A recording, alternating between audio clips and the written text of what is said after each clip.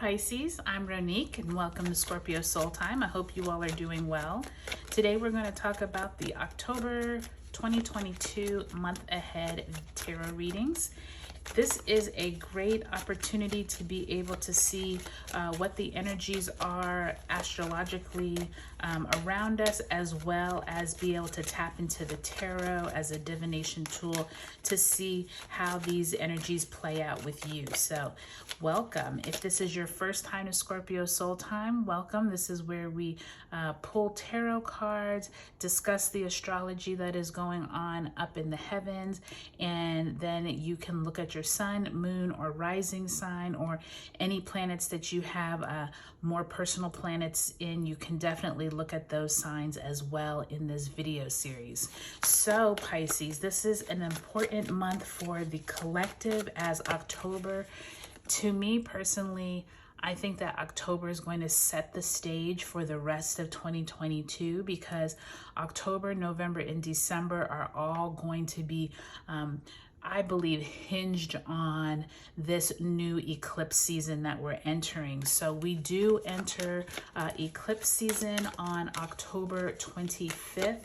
We do have a new moon partial solar eclipse in Scorpio. So this is really important. But before we even get to the end of the month, we start off the month with Mercury finally going direct in Virgo on October 2nd. We also have Pluto turning direct in Capricorn this month, as well as Saturn turning direct in Aquarius. So already between the eclipse, those three planets going direct is a lot of energy. Not to mention we have that Saturn square Uranus October 3rd through 6th energy. So lots of things going on this month. So let's get right into it, Pisces. So what we're going to do is pull a 2 cards per week, so 8 cards total for the month of October, Pisces. And then if we need any clarifiers, we'll pull them, but lately we haven't needed any, and if we do need them, they usually pop out. Okay, so first week of the month, we do have the Hierophant in reverse, major arcana card. Then we have the 3 of Pentacles in the upright position. So this might be something with your job, something you've been learning. There definitely is some kind of teaching moment here in the beginning of the month. Second week of the month, we do have the 9 of Swords in the upright position, as well as the 3 of Swords. So little dicey there that second week of the month, Pisces. Possibly something you're worried about, something that you're really stressed out about that second week of October. By the time we get to the third week, we do have the Queen of Wands in the upright position, as well as the World card in reverse. So you can see how the energies shift here by that third week, which is right around when we're going to have that eclipse. And like I said, the ending of the month is a lot different than the beginning of the month. That fourth week, we do have the 10 of Cups in reverse, so that's nice to see. And you have the Knight of Wands finishing up the month. So Pisces, let's take a look at this energy. It's kind of interesting what's going on here. So the first week of the month, we do have October 2nd, we do have Mercury coming out of its retrograde direct in Virgo, and Saturn squaring Uranus. To me, already off the bat, Pisces, I feel like there's this energy of some type of institution, possibly a department head or someone that you either work with or that governs where you spend a lot of your time, especially with this 3 of Pentacles. It could be a work situation, could be classes like a professor or an institution, but somewhere it looks like maybe you're, I don't want to say butting heads, but it doesn't look like you're getting all the information you would like to, or you've been trying to maybe ask questions if you've been trying to get into school or sign up for a class or trying to get some kind of extra certification. There's something here that you've been trying to learn a new skill, or someone's trying to teach you a new skill, and it hasn't been going the way that you would like it to go. And maybe it's because Mercury has been retrograde, so communication hasn't been flowing as well. They definitely feel like there's a little bit of like trying to get on the same page with whomever is like that governing body. By the time you get to that second week of the month, Pisces, you have this 9 of Swords and 3 of Swords, and with them both being sword energy, to me there's some kind of mental block that is causing you stress, or causing you to be up at night, or just be really focus on what is not going right. By the time we get to that third week of the month, we do have that full moon in Aries on the 9th, and Pluto turning direct in Capricorn on the 8th.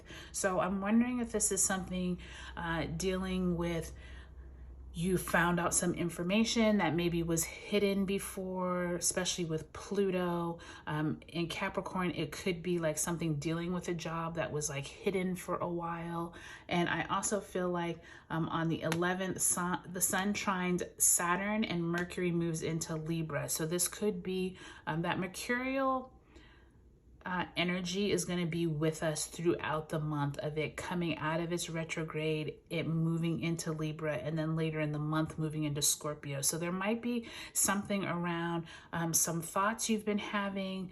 Maybe someone has been planting things in your head, if you will, in terms of like from your work, of maybe things aren't going to go the way you think, or there's going to be some organizational changes that you've been worried about at work. You might be concerned you're going to lose your job, or concerned that maybe you'll be moved to a different department. So there definitely is some kind of stressor as we open up and move into that second week of the month, Pisces. By the time we get to the third week, this is kind of like the pivotal week, I believe, of the month for everyone, because by the time we get to October 17th, Mercury exits retrograde shadow. The 19th, Sun squares Pluto. Sun conjunct Venus on the 22nd, and then the 23rd to me is like the biggest day of the whole month, because the 23rd, Saturn turns direct in Aquarius, the Sun moves into Scorpio, Venus moves into Scorpio, and then 2 days later on the 25th, the new moon partial solar eclipse in Scorpio occurs. So this is a lot going on, and I feel like this world card is really indicative of like all the energies that the collective is going to have to deal with, as well as how you handle it. I feel like this Queen of Wands is nice to see. Like maybe you're really able to be in your own zone and be able to take everything in stride, especially coming off of this second week of the month. You might kind of be like, I already know how to handle this energy because I already had like a rough second week of this month. And I feel like many signs experience the energies before the actual planets like move into alignment. And to me, that this second week of the month, Pisces, might actually be like what people feel like that third week. So I really feel like by the time you get to the Sun moving into Scorpio, and then that partial solar eclipse in Scorpio, new moon, you're really able to plant some new seeds. You're ending this cycle, and it really feels like you're coming into your own by the time you get to the end of October, because it's like you kind of have like a new game plan with that Knight of Wands, the 10 of Cups. Even though it's in reverse, I feel like it's more like this energy of like, okay, the family unit is, you know, we're clicking along well, we're doing a lot better than we were last month, and now we actually like really feel content moving forward, like we're ready to go. And by the time you get to the end of the month, Jupiter moves into Pisces on the 28th. Mercury moves into Scorpio, like I said, on the 29th, and then Mars retrogrades in Gemini on the 30th. So we end the month with like a lot of change, a lot of energy. And I feel like that's what this Knight of Wands is. It's like you are ready to go.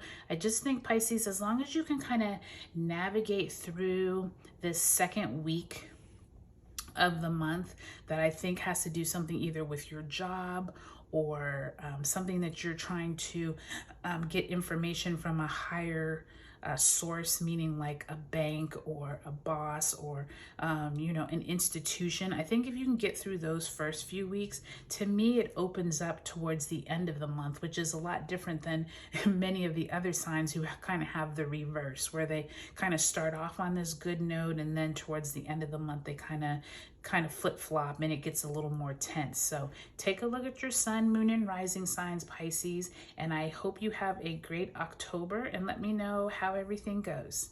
All right, goodbye.